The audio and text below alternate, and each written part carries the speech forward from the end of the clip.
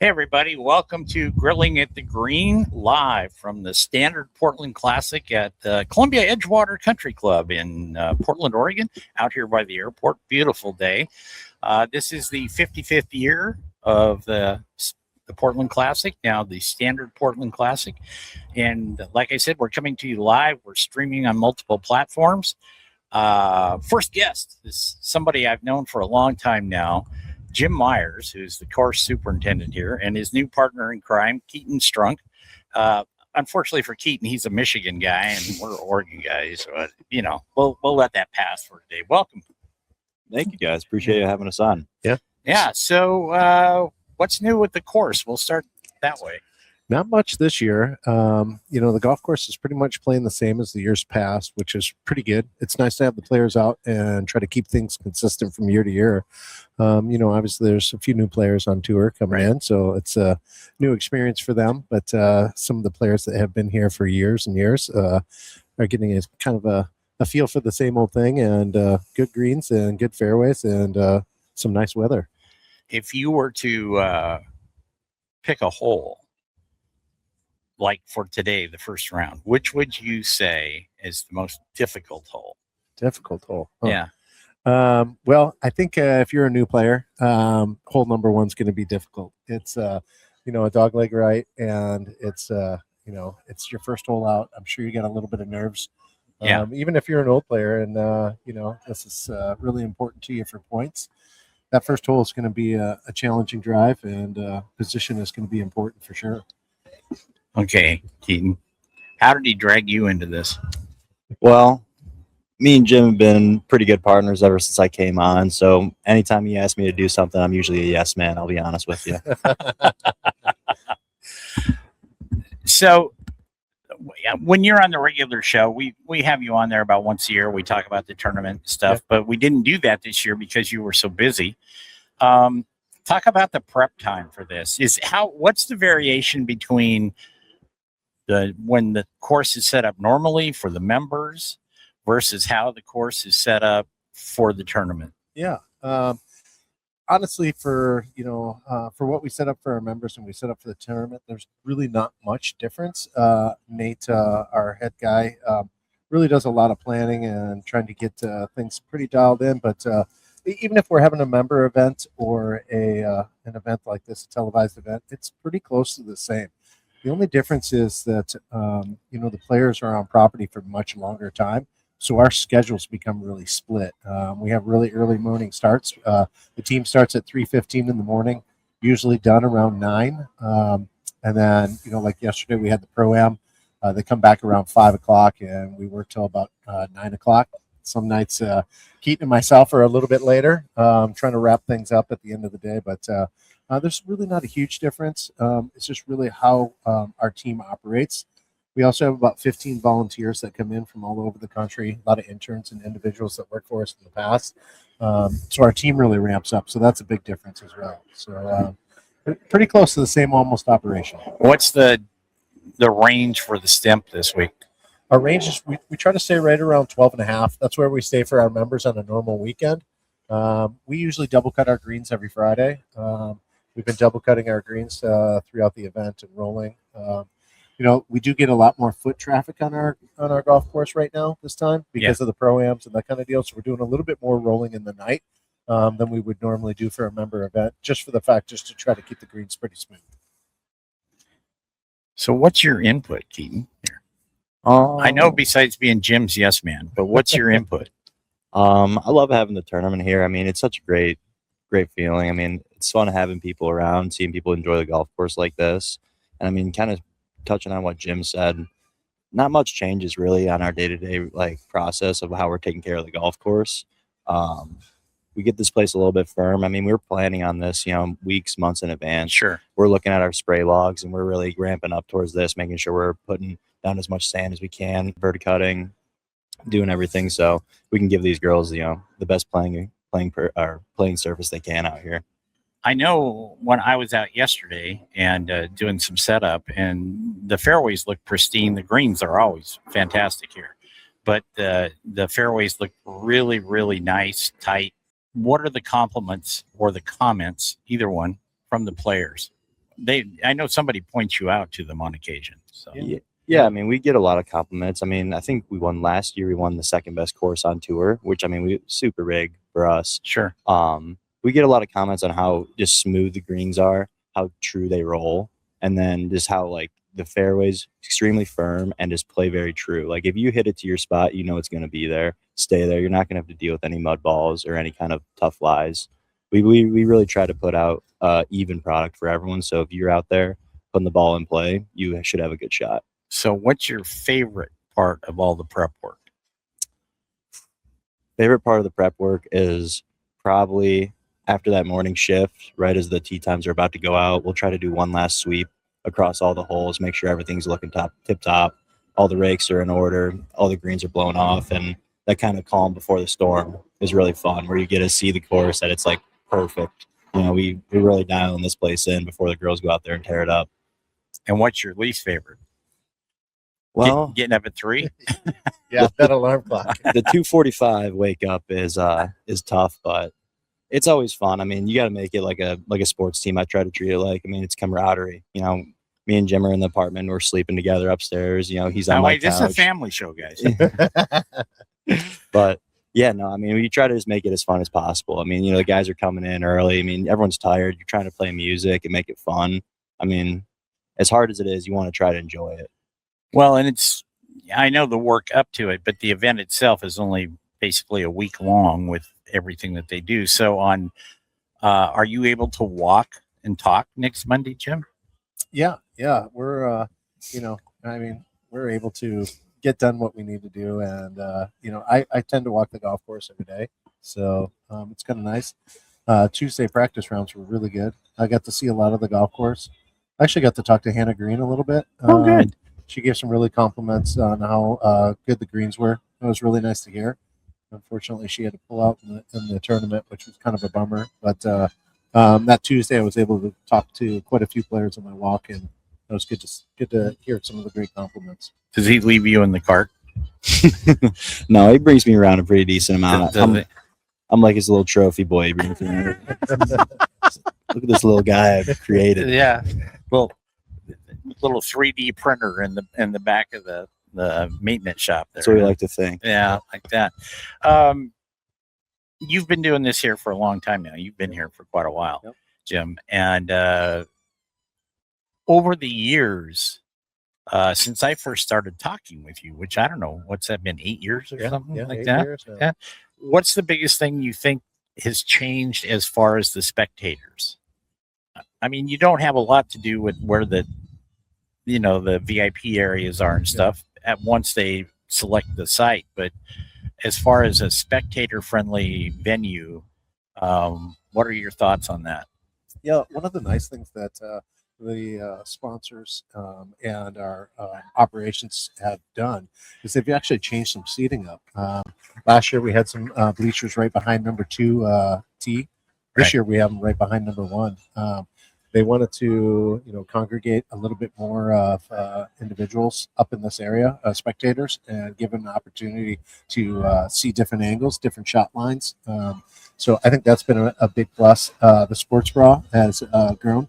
Yep. Obviously, we have some seating on the backside of that green right over there, and we have some, outdoor seating, which is kind of cool. You can get a drink. They have some picnic table set up right off of number 17 green. It's a great spot for spectators to hang out. They can have a cocktail and watch some golf there, which is a great opportunity. So I think that's really changed is how it's given an opportunity for fans to see different areas and different types of shots on the golf course, which has really improved over the years. I'm surprised we don't see you under one of those picnic tables in the cool grass, just catching a nap. Yeah, I'm at that point. This is probably the most tired I've been in a while. We're averaging about 3, maybe 4 hours of sleep and a nap in between, hopefully. So this is probably about 4 in the morning for me right now. Folks, I have to tell you, I had told Jim that I would bring him a pillow, which I did not do today. I was lucky I got here myself, but maybe tomorrow I'll throw one in the car for you. Yeah, that'll be perfect. I'm right after this interview, I'll be hitting the hay. Yeah, I know you. That's for what our you said. Evening schedule. We've got staff coming back tonight, so try to get a couple of couple of hours, rest. couple winks there. Yes. Jim Myers, course superintendent here at Columbia Edgewater, and Keaton Strunk, his boy Friday. How's that? Thank you guys for coming in. Appreciate we enjoy it. it. Thank It's you so always a much. pleasure Yeah. to see you, Jim. Cheers. Thank you. We've got Paul Herschel coming up next from the First Tee. And while these guys are getting moved out and moved in, I'm going to tell you something here about the title sponsor, the Standard Insurance Company. The partnership of the Standard Insurance Company and the Portland Classic underscores the Standard's dedication to supporting women's sports along while elevating the tournament's impact on the Portland community. While celebrating the Classic's 55th year, the Standard Insurance Company is proud to announce the Play It Forward Birdie Challenge. For every birdie made on the 8th hole, the Standard Insurance Company will donate $500 to support the First Tee in Oregon. So thank you, Standard Insurance. They're a long-term sponsor here, and we appreciate that. You got to sit next to me, Paul, All right. like that. Pleasure. Put your headgear on there, buddy. There you go. Pull that down. Paul Herschel, everybody, from the First Tee of Oregon. And Paul's been on the show before. He's been on the show when we broadcast from the Portland Golf Show as well as the regular show. And you're all set up. It's good to see you. Likewise. Thanks Yeah. for having me. Yeah. What's going on at the First Tee out there?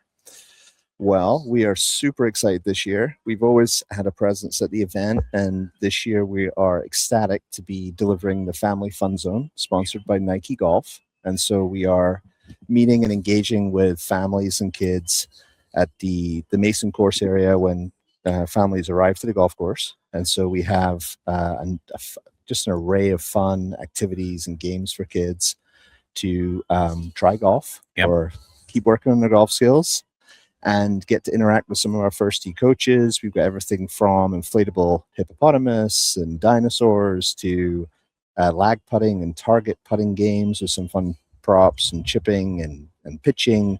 Kids can track their progress with a passport, and thanks to Nike Golf support, they can enter to win some fun prizes every day. There So you we go. encourage everyone to come, play as often as you like, and we got some music and some candy and fun stuff. There you go. We want to thank on First Tee's behalf and the Portland Classic, Standard Portland Classic's behalf, we'd like to thank our friends at Birdie Ball, Absolutely. John Breaker Yep. and Katie and his family back there. They, when you're talking about the inflatable hippos and alligators and Yeah. that stuff, that they made it happen, I think.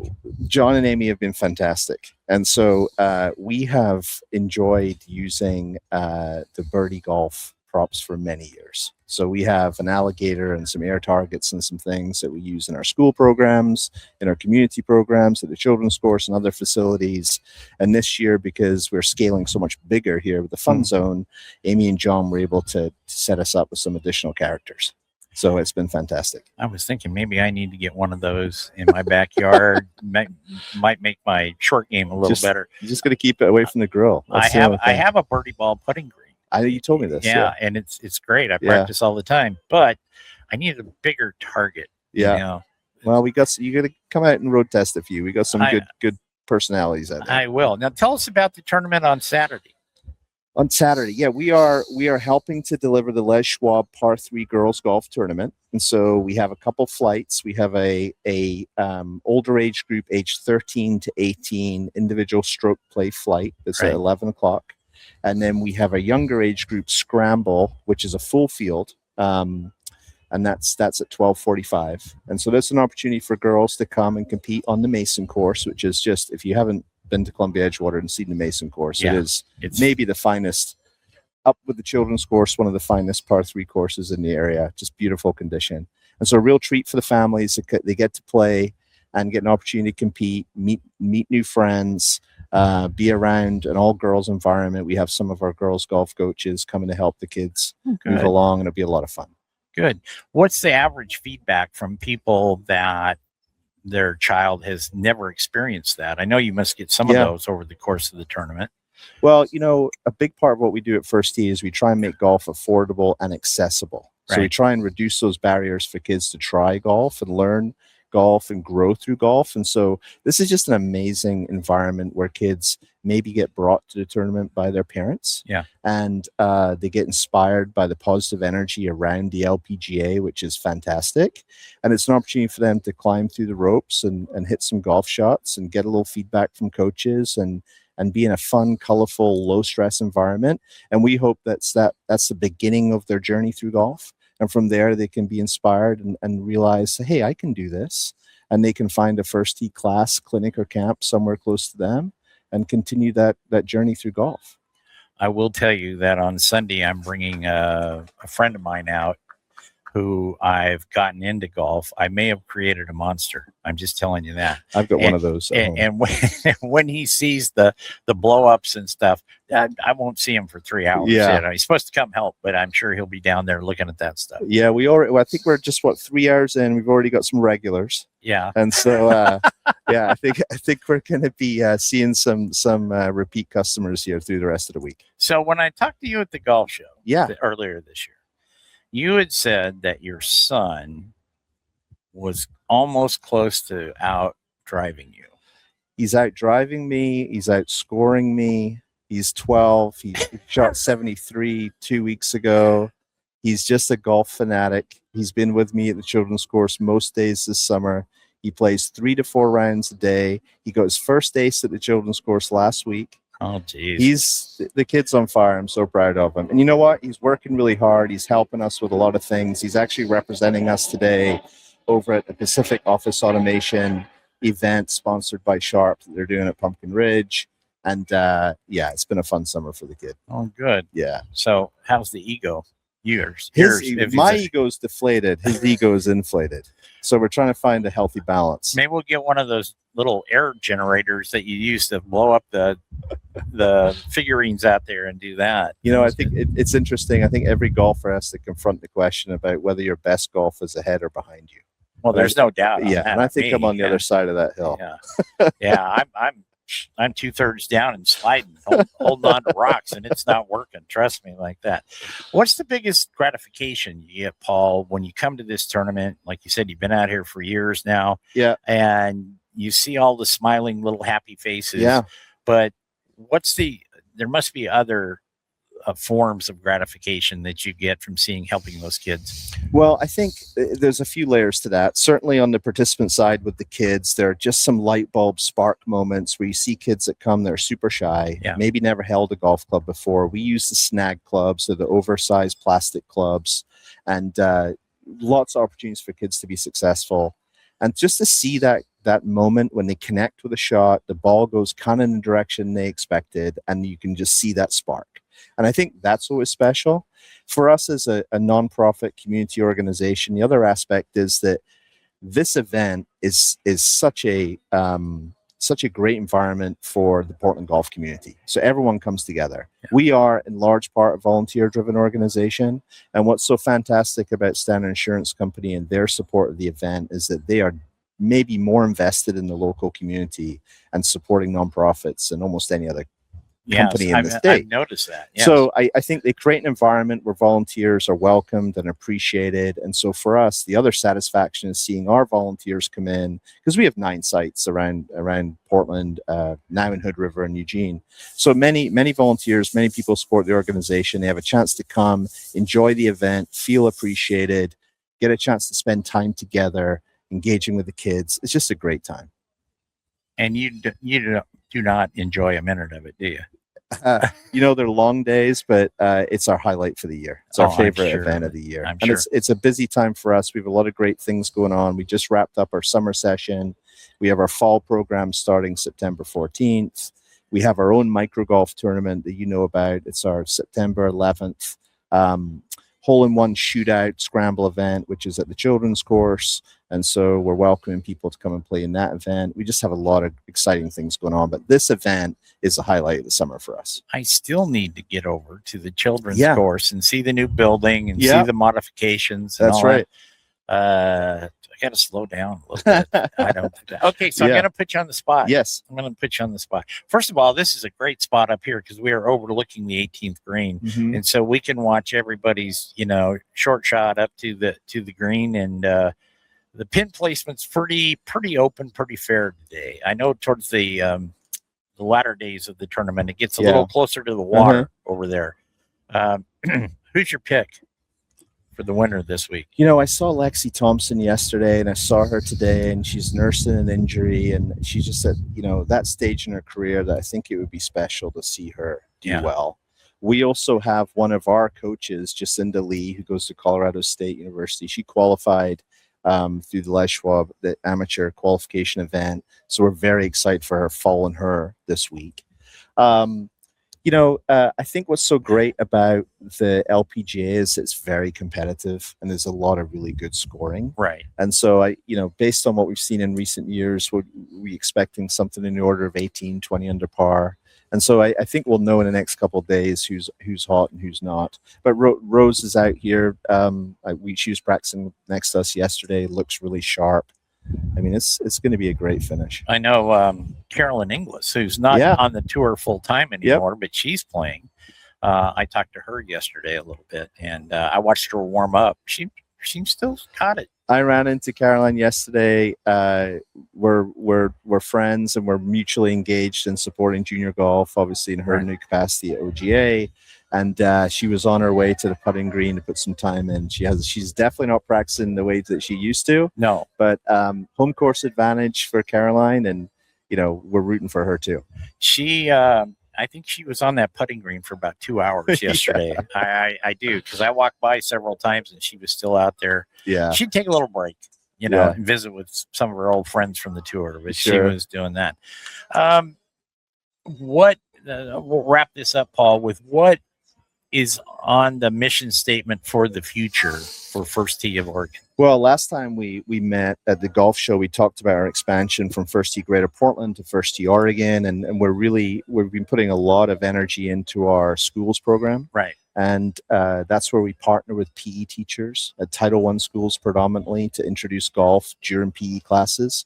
And so I think we started the last school year with maybe 5 active school partners. At the end of the school year, we finished with almost 25 school partners in communities as far as Medford, Winston outside of Roseburg, Milton Freewater. We have a school, believe it or not. Yeah. And so we are continuing to invest in that program, introduce First Tee in new communities across the state, create more opportunities for kids to get involved in golf, get introduced in PE, and find a transition to a local area club. They can get involved in classes and camps and so on. So that's a big push for us. And then also at the children's course, which we're so grateful for Brett Carroll, who's our superintendent. It's just done a wonderful job with the course. It's in amazing shape. So continue to bring more families to the children's course. We recently expanded our first expansion outside of the Portland and Eugene area to Hood River through the generosity of Tyson, the Indian Creek Golf Club up there, and just a wonderful facility. You've been up there, I'm sure. Yes. Feels like a country club. It's really a community club, and gorgeous condition, great facilities for kids. And we have an amazing pod of volunteer coaches there that have helped launch programs. So we're continuing to develop that. We're using that as a springboard to engage with the schools in that community and really try and impact the kids that live in the greater Columbia Gorge. There you go. Paul Herschel. Thank you, my friend. Thank you, Jeff. It's a and pleasure. If you come out to the tournament, don't forget to stop by the kids area there. You can't miss it when you're walking up the hill. Look forward Try to seeing for the you. hippo. Is it a purple hippo? It's actually pink. It's pink. I think you could see it from space. And if you're flying from PDX, you will definitely see it. Okay. We can do that. All right, man. Thank you, Paul. It's a pleasure. Thank you. You got it. Next, we got John Mark Atkinson. Atkinson. I couldn't say that right. Sorry about that. While John sits down here, I want to tell you, if you're ready for a new ride, choose from over 1,000 vehicles at Weston Kia, like the new Sportage or Soul or Forte, Sorrento Telluride, gas, electric, or hybrid. Oregon's all-time leader in Kia sales, and that comes from Kia themselves. Go to weston.com. Go to buyweston.com and do that. Hey, bud, how are you? How are you? I'm good. It's good to be here. It's good to see you. Thanks for the invitation. Appreciate it. So, John, you've got a big title here. Okay, you got a big title, Director of Tournament Business Affairs. All right, what does that mean? Okay. All right. I think there's two primary components to that. In my work, I'm assigned to, of our 33 LPGA events, I'm assigned to about 9 of those. And I work with the operator who's hired to manage and run the operation of the event, as well as the title sponsor.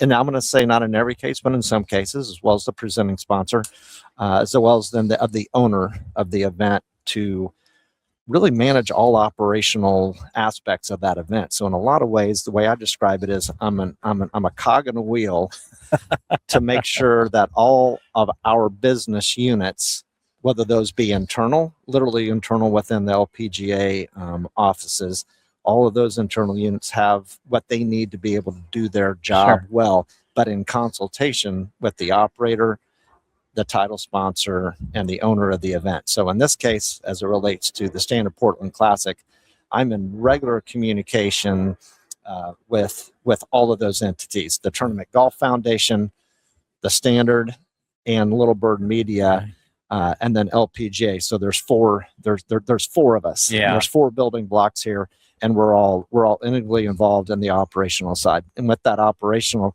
component, it bleeds into the next one, which I feel like is really fun, and I really enjoy this aspect of the job, especially here in Portland, and that's the relational aspect of working with all of those other 3 entities to ensure that at the end of the day, the Standard is achieving their goals and what they want to achieve with this event. The community is receiving what it wants to receive. And then behind the scenes, again, where it ties back operationally, all of those things are running smoothly so that those key focused elements are being actualized, not just during the 1 week of the tournament. This is obviously an important week, but boy, we sure want the other 51 weeks out of the year for people to be saying the words "the Standard Portland Classic." Right. So, how long have you been with the LPGA? I'm in my 4th year. Okay. I'll be wrapping up my 4th year here in December, and it's been fantastic. I spent a lot of my time, for 19 years before that, working in the college athletic space at a fantastic university in Daytona Beach, Embry-Riddle Aeronautical University, an NCAA Division II school. And for the last 4 years, I've been working in professional sports. So I'm very lucky, very fortunate. So John, from when you started to where you are now, that anybody that's paying attention and hasn't been under a rock has seen that the LPGA has made huge leaps. Yep. Not just in prize money, but in venues, in from the CME to Rolex to all the stuff there. What is your cog in the wheel in that big picture like that? Sure. So that's where I would tie that back to the relational aspect of things.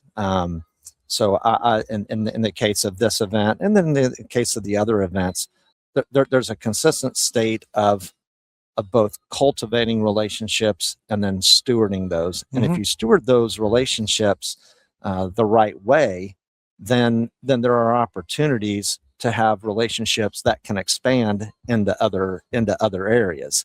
And so when you think about the news that came out this week about the Standard's expanded partnership with the LPGA, with an official tour partnership that has a heavy television television emphasis with our broadcast enhancements, that ties back into key organizational goals of taking pre-existing relationships and genuinely, and I think that's a really important word, but genuinely and authentically putting those relationships and those partnerships in a position where it can be expanded and broader goals are met. And so for us, the television piece is a really, really important piece. That's where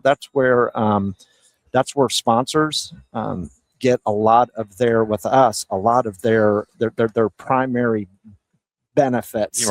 Benefits from that linear component. And so the Standard's getting that, and obviously in partnership with us, we're receiving some of that benefit of being able to story tell about our players in partnership with the Standard. That has been a very, very big emphasis of our new leadership with Commissioner Craig Kessler over the last year.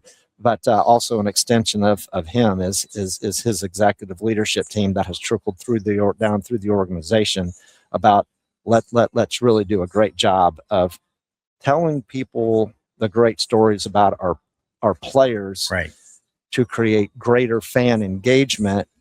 And the Standard is doing that with the television broadcasting. So that's a very tangible, very real example that's happening in real time this week in Portland. Right. So let me ask you this. Do you think that corporate America, now the Standard, they understand it.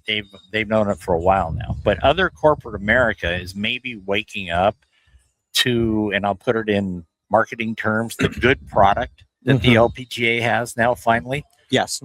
And I think the answer is absolutely. Yeah. Absolutely, yes. And I think that the LPGA is a part of that momentum here, not just in the United States, but really in the world as it relates to just the globalization of women's professional sports and the interest that's being shown in it. I mean, the data is there, and it's publicized on a pretty regular basis. And I think we're one of those. I think we're one of those entities. And so for us, we're starting to. I'm not going to say starting to. I think we have been for a while, realizing that when you see how the purses have grown over the last 5 years, there's been some really impressive jumps, and so we're realizing that. But also with that too, and it gets back to executive leadership and priorities and goals. You're seeing us play at a good mix of playing at courses that we've played at for a long time. I think Columbia Edgewater Country Club, I think that's a feather in the cap, and I think it's a feather in the cap of the people here in Portland. I think that consistency, I think that's a good story. And I think it's also a great story that we're going back to the news that came out last week. We're going back to Corning, New York, and playing at the Corning Country Club. I think it's great that we're playing in Nanea in Hawaii. And so some of those things, all of those things work together, and all of them have there's good stories in all of those things. And you touched on it a couple of times. You're getting more live television. Correct. You're not getting the 9 p.m. to 1 p.m. time slot. Yep. Nothing tape delayed this year. Yeah, nothing tape delayed. And it's so important because East Coast, West Coast, everybody's used to watching in their own time slots and all that. But if the tape delay is coming on at 10 o'clock in New York, a lot of people aren't going to watch it, even if they're interested. They got to get up and go to work or whatever the situation is like that. And so it's 7 o'clock out here or whatever. That okay, we'll watch it if we're not at the event. Somebody just made a birdie there. All right. Yeah, I think it's so important. And the LPGA has had a great product for a long time, but I think also, because I've covered it for a long time, I think the golfers have upped their game also. Yes. I mean, these are, for years they were on the PGA Tour, they were selling that these are athletes. These ladies are athletes. Right. And I couldn't agree with you anymore. The way I kind of think about it and how the players fit into the business model is we have tournaments that are their own entities that are essentially subsidiary companies underneath the LPGA umbrella. Right. And then at each one of those events, there are whatever the number is. For this week, it's 144 ladies that are participating. There's essentially 144 companies that are showing up here. That's the way I look at it from a pure business model standpoint. Those companies are showing up, and they're in the form of teams. Yes, it's a player, but it's a player and a caddy. It's a dietitian. It's a sports psychologist. It's more than it's family members and it's friends. That's an LLC. Yes, it is. And there's 144 of them that are showing up with their teams, and the team is doing their effort, their jobs to win this event. player gets the one that is obviously the one that gets to swing the club. But there's a whole lot of individuals behind that player that are putting her in a position to win. That's the way I approach it. Is we have 144 players that understand there's a whole lot more that goes into just having a great swing. Boy, their bodies and their minds are their business, and they take good care of those things. Yeah. And when they take good care of those things, those aspects of their business, that's the infrastructure. You got to have the infrastructure to have a great business. And I just think we've just seen so much growth in that area of those players putting themselves in better positions to run their businesses at a high level. Well, and one of the things too, John, is that I have noticed the actual golf companies, the club makers, the ball makers, of course, we live in Nike country here, Yes, right? you do. And all that, but they are taking more notice, and I think and forgive me if I sound a little trite about this, but they have been put on notice that these ladies are playing at a very, very, very high level. And like you were just saying, they take care of themselves, they take care of their business, and that this isn't anymore like, if there's still a few left, maybe, but we're going to give you a set of clubs and 10 dozen golf balls, go hit the tour. Right. And I think those days are over. Yeah. And Nike's a great example. And then you can go from apparel, and that can go into manufacturers. Those companies understand that women, and specifically women's, there is a great opportunity for partnership and business growth and business development within that specific sector. And our women are very, very important to those respective apparel companies and those respective manufacturers. And I'll brag.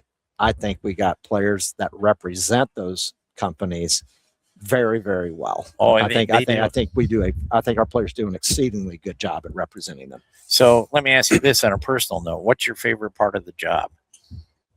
Besides coming to hang out at Columbia Edgewater and eat some great food up here. My favorite part of the job is the relationships with our operators and our sponsors and the people that are behind the scenes that make this work, and the people that are in the front as well. So the forward facing folks and the behind the scenes folks. I like the concept of kind of leading with a servant leadership's heart, and helping and empowering people and putting them in a position to be successful. And I feel like I get the opportunity. To do that. And with that is the part that excites me the most is the relationship. Piece. And I think there is a competitive side to this for me. Having worked in college and professional sports my whole life, it's a word I like to use. I like to use it every day. But how do you win the day? What does winning the day look like? What does the winning the day look like in your personal life? What does it look like in your professional life? Well, the win changes every day. But I like seeing those wins. Today, you know what a great day is? We got a great golf tournament going on. It's going to be a wonderful first round. Someone's going to be leading or tied to lead. Yep. And we have hundreds of people here from the company that are here for their celebration and their day. I love the fact I feel like we've already won the day and we're only halfway through it. Yes. Because those folks are getting a chance to come out here and be with their family and be with their friends and experience what I feel like is an exceedingly good professional sport product, and be around 144 ladies and their teams that are very engaging. And I think this word, I probably overuse it and I'm okay with it. I think they're just I think they're fun people. Yes. And so so I like winning the day, and I love the relationships that come along with that. It's all good. And you can tell, you talk about celebrating, you can't see it on camera, folks, but there's a banquet table right in front of us. It's all doled out for a 1 o'clock afternoon gathering here. It looks pretty sharp, actually. It does look pretty sharp, and we look forward to having some lunch up here with some of the folks from the Standard. Yeah. Here in a couple minutes, and their parent company from Japan, and a lady who's pretty well known. Her name's Nancy Lopez. Yes, I think she might be joining us for lunch. Yeah, and she is wonderful. Hope to get her on the show tomorrow if she's got time. I'm sure she would say yes if her schedule allows. She's a wonderful. We will accommodate. We will. Yeah, you'll accommodate. Yes, she's very accommodating. You'll enjoy meeting her. So one last question for you here: what's your favorite part about coming to Portland? You're a Florida boy. It's warm. You know, you get good seafood down there, et cetera, et cetera. So I'm gonna just. I like the break from the heat and the humidity. And it was funny. I got my rental car. I was pulling out of the airport on Monday night, and the nice gentleman at National who was checking me out said, "Boy, you gotta love this one." I'm like, "Yes, I do." He goes, "Well, enjoy it over the next 4 or 5 days that you're here." And I said, "I will absolutely enjoy it." I said, "I love being here during this time of the year."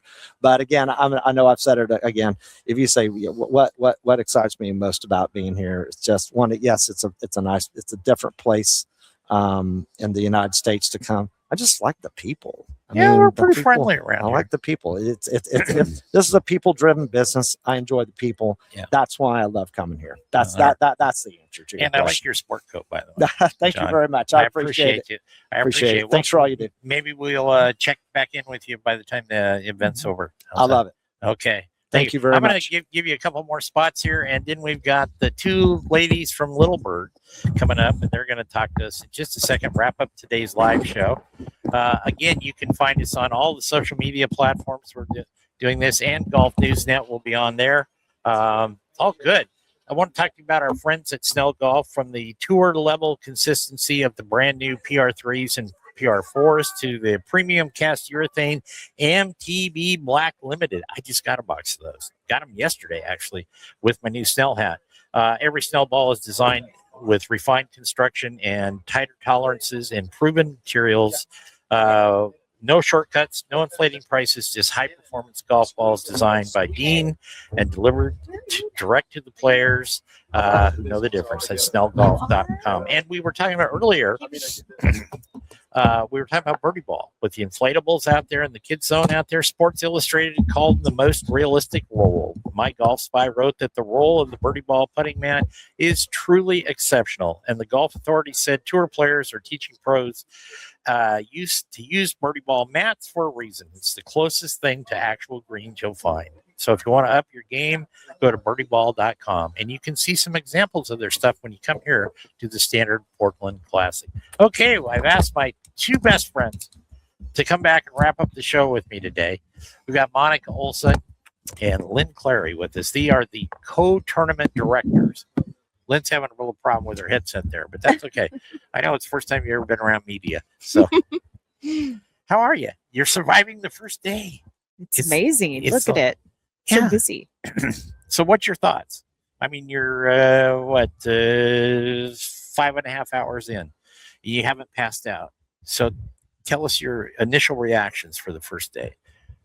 First reaction is we're impressed. I mean, it's busy out there. Yeah, I think, but it's been a beautiful day. Everything seems to be flowing smoothly. It's got to be and not in a bad way, but it's a relief once the events actually start. Once the first players are on the tee and they hit it and they get it out there, things are moving. That's got to be like a little sigh of relief to a degree. Yeah, it is. Yeah, absolutely. The first part of the week, there's a lot of sponsor activity, and so it's busy, Monday through Wednesday. And really come Thursday, the LPGA sort of takes over. So it's mostly inside the ropes activity.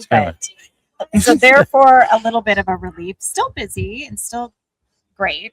Tons of smiles out there. Yes, I've noticed that. We were walking around. Pete and I were a little earlier, and they're happy people. Yeah. They're all happy people. Even the players. I mean, we see a lot of the players coming through our office or around it. Yeah. Yeah. I just got done talking with a player in the hallway, and she was like, "Oh, it's so beautiful. I Yeah. love coming here." So what are things that people can look forward to if they come out for the last 3 days? And one of the things I wanted to talk to was the play it forward that the Standard is doing on hole number 8 for birdies. Yeah. The birdie challenge. The birdie challenge. So on hole 8, for every birdie throughout the weekend that a player achieves, $500 will be going to the first tee of Oregon. That's good. Maybe that's why Paul was so happy when he was setting up here a little more. He's got a calculator, on his wrist. He's watching a lot. That's right. That's good. Right. Why did the Standard do that? Did they is this part of their package, or did they? Because when I was talking to John Mark a minute ago, it was like they really want to expand not only here in Portland but through the LPGA and First Tee and that across the country. Yeah. Well, it's not really part of their package, but it's just something they wanted to do. It's That's just a little nice. extra thing. Yeah. It was an idea that was dreamt up in one of our brainstorming meetings with Amy, and we decided to do that. Yeah, and hopefully at the end during the ceremony there'll be a nice big check written. Big Yeah. check. Yeah. Yes. A lot of digits and a big piece of paper. Yes. Okay. What's amazing about the Standard is I think people that live in this community probably see it a lot, but they're very community focused. Right. They're very giving. They're very generous. And so I think that is one of the reasons why this partnership works so well, because Tournament Golf Foundation, as you know, is a nonprofit. Right. So also very aligned with the mission of giving back to the community. And they do such a wonderful job of that. Well, it's a wonderful tournament. I've been covering it for a long, long time, but I really think the last couple of years we've really upped the game here. That's what I would say as a neutral but biased observer. How's that? Yeah. Well, and now Thank look you. at us. We've got you here doing the got me. podcast. Yeah, just Yeah, really live elevated. every day, and at least I think I'm alive every day. I try to be, but yeah, this is great, and thank you for this opportunity. It's been marvelous to, I've never been able to sit up at the 18th and actually watch. We're always taking pictures and doing stuff, but I'd actually get to watch them putt out and stuff. That's really a treat for me. Yeah, you've got a great view. We got a great view. Okay, well, we're gonna wrap. You guys don't go away because I want to talk to you something when we're done real quickly. We're going to wrap up that's going to cover it for today's live show from Grilling at the Green at the Standard Portland Classic at Columbia Edgewater. We thank all the sponsors. I made it through a few of them, but especially the Standard Insurance Company for making all of this possible. So for Lynn and for Monica and Pete and myself, we will see you again tomorrow. We will be dropping little news bits and videos and stuff throughout the course of the whole tournament, but we're going to do an hour live show every day. So until then, take care, go out, play some golf, have some fun, but most of all, be kind. Take care, everybody.